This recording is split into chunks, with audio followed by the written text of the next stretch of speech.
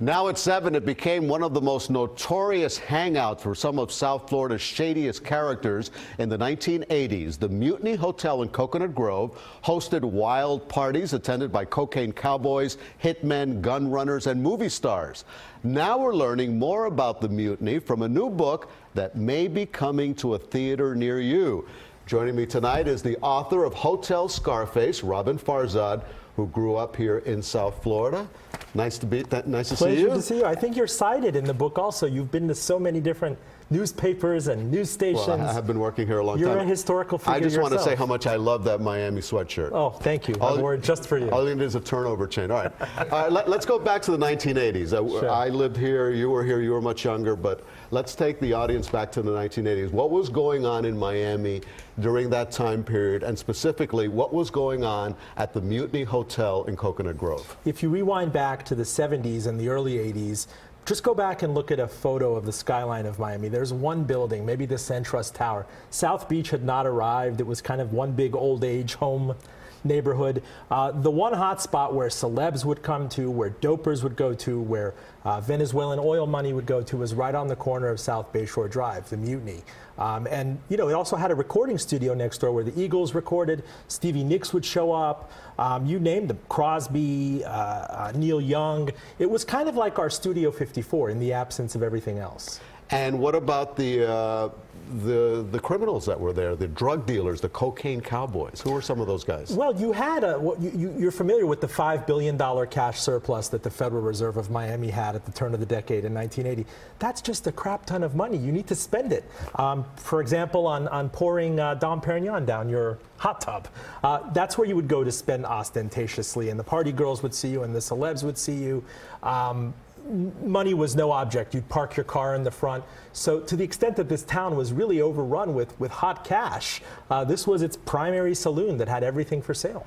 And this is where they went to party. If all these guys were there, why didn't the police just show up at the Mutiny and arrest them? Because it was a symbiotic relationship. They needed the cops. If you were a good, smart doper, you look at somebody like a Monkey Morales, right, who's legendary if you look him up.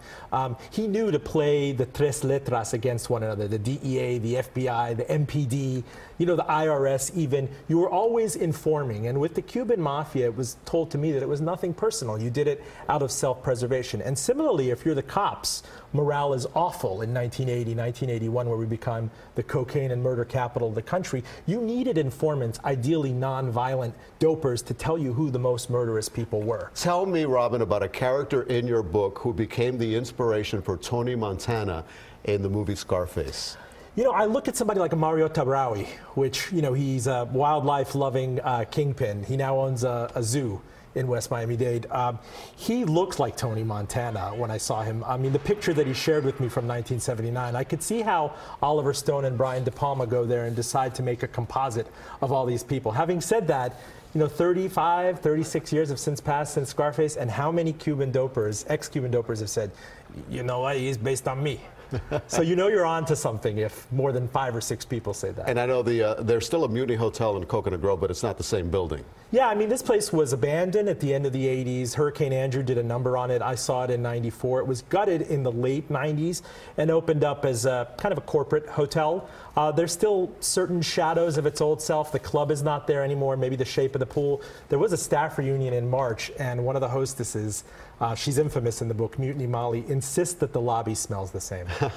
So the ghosts always linger. The ghosts linger. Now tell me about the possibility of your book becoming either a TV series or a movie.